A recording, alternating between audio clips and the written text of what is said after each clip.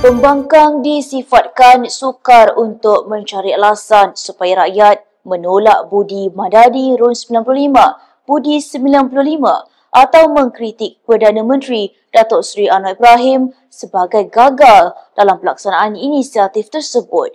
Menurut pemerhati politik Azizi Safar, inisiatif budi 95 yang menyaksikan penurunan harga petrol kepada semua warga Malaysia yang memiliki lesen memandu sah itu adalah jelas tidak akan dibantah rakyat.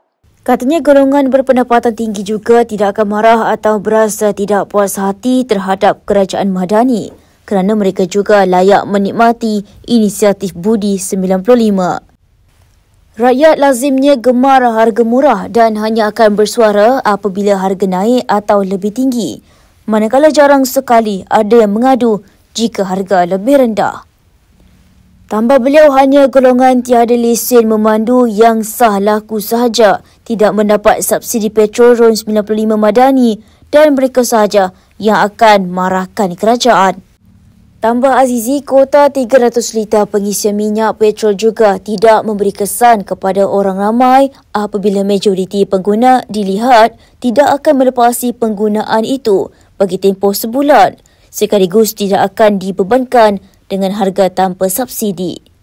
Sementara itu, beliau menjelaskan pelarasan subsidi petrol dengan cara menetapkan penggunaan kuota bahan api itu bukan idea baru. Sebaliknya sudah lama ada dalam perbincangan dasar termasuk semasa pentadbiran terdahulu. Namun ia tidak pernah berjaya dilaksanakan sepenuhnya kerana cabaran pelaksanaan, kekaran politik dan sensitiviti rakyat. Inisiatif budi 95 juga akan merubah cara perdebatan iaitu tawaran subsidi yang dikemukakan dalam kempen pilihan raya, namun kelancaran pelaksanaan masih belum boleh dilihat.